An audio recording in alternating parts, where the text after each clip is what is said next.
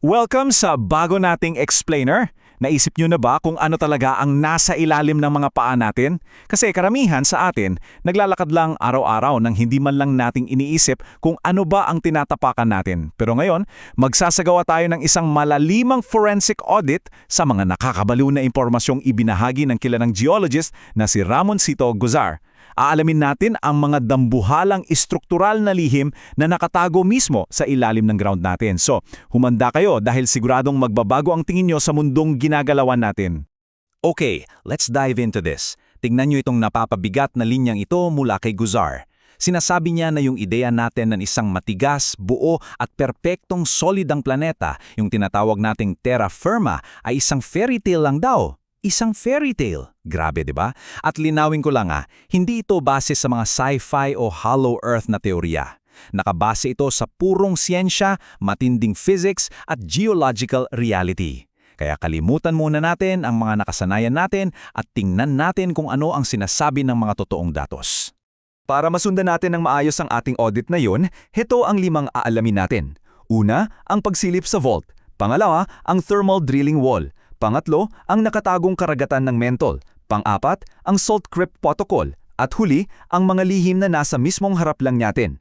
Simulan natin sa una at pangalawang bahagi, ang thermal drilling wall, at kung hanggang saan lang talaga ang limitasyon nating mga nakatira sa ibabaw ng mundo.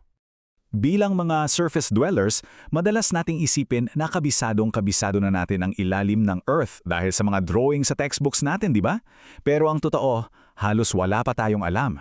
12,262 meters. Iyan ang eksaktong lalim ng Kola Super Deep Borehole sa Russia. Ito na yung pinakamalalim na butas na nahukay ng tao sa buong kasaysayan at ang ultimate test ng ating limitasyon. Ilang dekadang ginugol ng mga siyentipiko para lang maabot ang lalim na iyan. At kung iisipin mo, yung mahigit 12 kilometro, napakaliit na gasgas lang yan kumpara sa kabuuang kapal ng Earth. So, bakit nga ba tayo biglang napahinto sa pagbubutas? Heto ang totoong rason, hindi sila natigil dahil naubusan ng budget o pambayad sa mga tao. Tunigil sila kasi bumangga sila sa isang napakatinding thermal wall. Sa lalim na mahigit 12 kilometro, pumalo sa nakapapasong 180 degrees Celsius ang temperatura. Doble yan sa inaasahan ng mga eksperto. Yung physics sa ganyang lalim, naging imposible nang makontrol gamit ang teknolohiya natin. Literal na wala tayong materyales na kayang tiisin ang ganyang klasing init. And this brilliantly illustrates kung ano ang nangyayari sa mga bato kapag na-expose sa ganyang katinding init at pressure. Inaasahan kasi ng mga inhinyero na magiging malutong ang bato, na kapag tinamaan ng drill bit, mababasag ito. Pero hindi Sa sobrang init, naging parang plastic yung mga bato. Imagine yung frustration nila. Imbes na mabasag, dahan-dahang dumadaloy pabalik yung bato para isara yung butas sa tuwing aalisin nila yung drill. Literal na pinipigilan tayo ng kalikasan na makapasok palalo. Ngayon, punta tayo sa pangatlong bahagi ng ating dosye, ang nakatagong karagatan ng Earth at yung tubig na nasa loob ng bato. Dahil hindi na natin kayang bumaba ng pisikal, gagamitin natin ang siyensya para maglakbay. Now what's really interesting here is, kung bababa tayo ng mga 400 hanggang 600 kilometers sa ilalim, makikita natin ang isa sa pinaka-nakakabaliw na sikreto ng Earth, ang pinakamalaking karagatan sa mundo. Pero teta lang, scratch that. Hindi ito yung typical na karagatan na may alon at isda, ha? Tubig ito na literal na nakakakulong sa loob ng crystal structure ng isang bato. Isang mineral na tinatawag na ringwoodite. Isipin niyo yung ringwoodite bilang isang dambuhalang sponge ng ating planeta. Dahil sa matinding pressure sa deep mantle, hinihigop niya at kinukulong ang mga water molecules sa mismong loob ng bato. Para mas ma-imagine nyo, tingnan nyo itong datos. Kung kahit 1% lang ng bigat ng mga bato sa transition zone na iyon ay tubig, ibig sabihin mayroon tayong 3 beses na mas maraming tubig na nakakulong sa mantle ng Earth kumpara sa pinagsama-samang tubig ng lahat ng karagatan natin sa ibabaw. Mind-blowing, di ba? Karamihan pala ng tubig ng planeta natin nandun nakabaon daan-daan kilometro sa ilalim ng mga paa natin. Kaya tinawag tayong blue marble hindi lang dahil sa asul nating ibabaw, kundi dahil isa talaga tayong water-saturated planet hanggang sa kaibuturan. Punta naman tayo sa pang-apat na bahagi, ang Salt Crypt Protocol at kung paano in-engineer ng mga tao ang mga natural na lobo ng Earth. Umakyat tayo ng konti pabalik sa shallower crust. Dito, natutunan ng mga tao na samantalahin ang mga natural na geological miracles natin. Kung gagawa ka ng isang underground bunker, siguro iisipin mo, semento o kaya matigas na granite gagamitin ko. Actually, mali. Kasi ang granite malutong. Sa ilalim ng matinding pressure, bumibiyak yan at pinapasok ng tubig. Pero ang salt rock o malalaking deposito ng asin, plastic yan. Parang yung bato kanina sa Kola borehole. Sa ilalim ng pressure, yung asin dahan-dahang dumadaloy para isara yung mga bitak. Self-healing siya. Kaya nakakagawa ito ng isang liquid-tight at gas-tight na espasyo. Isang perfectong lobo sa ilalim ng lupa na hinding-hindi datagas. Paano naman ginagawang vault yan ng mga inhinero? Ginagamitan nila ng prosesong tinatawag na solution mining.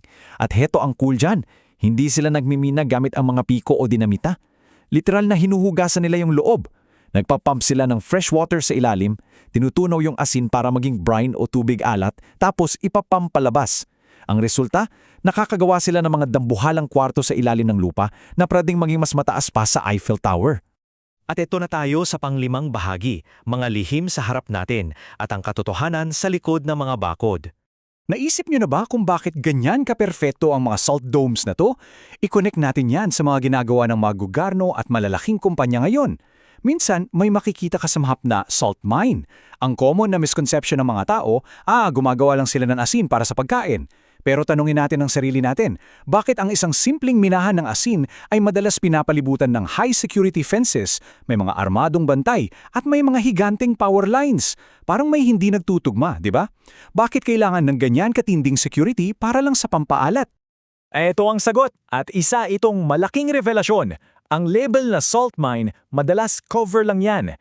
Sa loob ng mga impermeable na salt crypts na ito, doon talaga itinatago ang mga pinaka-critical na assets ng mundo.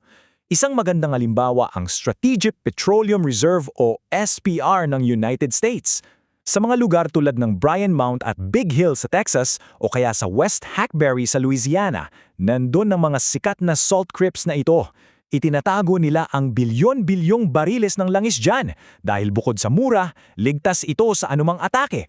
Hindi nakikita ng mga spy satellites at hindi kayang sirain ng mga bagyo o lindol sa ibabaw. Kaya may matinding security kasi national security at global economy ang nakasalalay dito. May mga balita pa nga na ginagawa na rin itong sikretong data centers na nangangailangan ng absolute protection. Grabe, di ba? Bago tayo magtapos sa explainer na ito, gusto kong isipin nyo itong linyang ito mula sa ating source. Basahin mo ang mga bato, hindi sila nagsisinungaling. Paalala ito sa atin na ang totoong kalagayan ng planeta natin ay mas malalim at mas komplikado kaysa sa mga simpleng drawing na nakita natin nung bata tayo.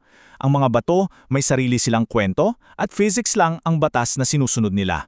Hinding-hindi mo sila pwedeng dayain. Kaya iiwan ko sa inyo ang tanong na ito. Kung nakita na natin ang limitasyon sa Kola borehole, nalaman ang tungkol sa mga sponge-like na ringwoodite crystals at nadiskubre ang mga sikretong imbakan ng langis sa mga minahan ng asin sa Texas at Louisiana, ano pa kayang mga sekreto ang patuloy na nagtatago sa ilalim ng mga paa natin? Sana mas na-curious kayo sa totoong pisikal na katayuan ng ating planeta. Patuloy tayong mag-usisa at hanggang sa susunod na explainer natin,